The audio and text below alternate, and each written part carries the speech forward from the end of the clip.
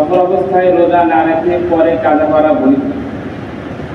সফর অবস্থায় রোজা না রেখে পরে কাজা করা বৈধ। সফর বৈধ কাজের জন্য হোক বা অবৈধ কাজের জন্য। যদি কোনো ব্যক্তি মুসাফির হয়, মুসাফির অবস্থায় রোজা রাখা তার উপর জরুরি কিনা এই বিষয়ে মশলা বলতেছে। সফর কখন হবে এটা একটা বিষয় আছে। 48 মাইল। কোনো ব্যক্তি যদি নিজের বাসস্থান নিজ এলাকা থেকে বের হয়ে 48 মাইল অতিক্রম করার নিয়তে বের হয় এবং নিজের এলাকা ছেড়ে চলে যায়, তখন ওই ব্যক্তি মুসাফির বলে গণ্য হয়। 48 মাইল আমাদের সবাই কিলো হিসেবে ধরলে 77 বা 78 কিলো হয়। তাহলে যদি কোনো ব্যক্তি নিজের এলাকা ছেড়ে 78 কিলোমিটার দূরত্ব অতিক্রম করার নিয়তে নিজ এলাকা বাসস্থান ছেড়ে চলে বের হয়ে যায়, তখন ওই ব্যক্তি মুসাফির বলে গণ্য হয় এবং ওই ব্যক্তির উপর রোজা রাখা সীমা জরুরি নাই। রাখাটা উত্তম, না রাখে কোনো এটা বলছে।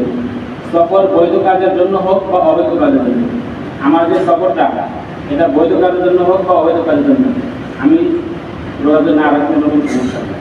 এক ব্যক্তি চুরি করার জন্য যায় রংপুর, ঢাকা থেকে বের হয়েছে কোথায়, সেই রংপুর যাবে, কিন্তু তার উদ্দেশ্য ডাকাতি করবে এবং রমজান মাস, সে যদি চাই রোজা না রাখতে, সেই সুযোগটা সে পাবে, অফারটা সে পাবে।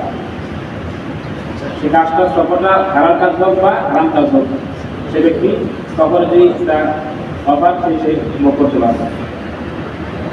কষ্টকর হোক বা আরামদায়ক। সফরটা অনেক কষ্টকর, আগের তো ছিল এরকমই, সফর অনেক কষ্টকর ছিল, হাঁটে যেতে হইতো, পায়ে দলে কমে যেত। এই জন্য রোজার মাস আসলে রমজানটা না রাখা শুরু ছিল রোজাটা।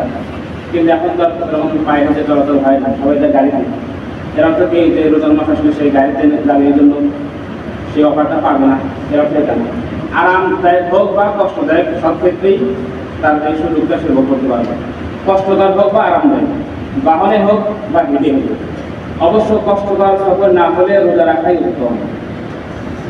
কষ্টকর হোক আর না, সব ক্ষেত্রেই রাখাটাই উত্তম। কিন্তু যদি কয়েকজন একসাথে সফর করে এবং সাথীরা রোজা না রাখে আর একজনের জন্য সাহারি ইফতারের ব্যবস্থা করা কষ্টকর হয়, তাহলে আরামদায়ক সফরের ক্ষেত্রেও রোজা না রাখা উচিত। নামাজ ও রোজার ফসলের বিধানের মধ্যে পার্থক্য। সফরের ক্ষেত্রে রোজা রাখা এবং না রাখা উভয় জায়েজ। সফরের ক্ষেত্রে রোজা রাখা এবং না রাখা উভয় জায়েজ, কষ্ট না হলে রাখাই উত্তম। পবিত্র কোরআনে সরাসরি সে কথা বলে দেওয়া হয়েছে, ফামান কানা মিনকুম মারিদান আও আলা সাফারিন ফাইদ্দাতুম মিন আইয়ামিন উখরা। অর্থাৎ তোমাদের মধ্যে কেউ অসুস্থ হলে বা সফরে থাকলে সে অন্য দিনে এ সংখ্যা পূরণ করিবে। একটু এগিয়ে বলা দেওয়া হয়েছে, ওয়ান তাসুমু খায়রুল লাকুম ইন কুনতুম তা'লামুন। আর রোজা রাখা তোমাদের জন্য কল্যাণকর যদি তোমরা জানো।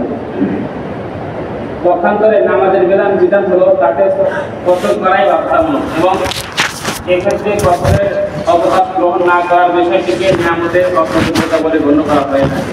কথা বলে কেন রাসূল পাক সাল্লাল্লাহু আলাইহি ওয়াসাল্লাম হাদিস শরীফে বিষয়টি স্পষ্ট করেছেন।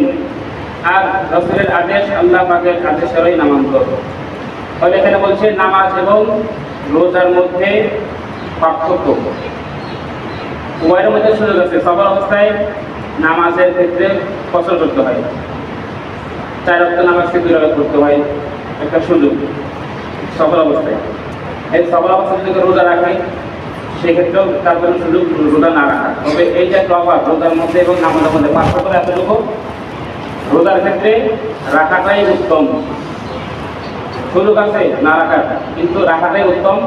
আর নামাজের ক্ষেত্রে যে সুযোগটা এটা ভোগ করতেই হবে। 4 রাকাতের জায়গায় 2 রাকাত করার যে বিধান সুযোগ দেওয়া হবে সেটা ভোগ করতে গেলে এটা না যে মন চাইলে 4 রাকাতে করবে সফল অবস্থায়, না, এই সুযোগটা নেই, তাকে 2 রাকাতে করতে হবে বাধ্যতামূলক।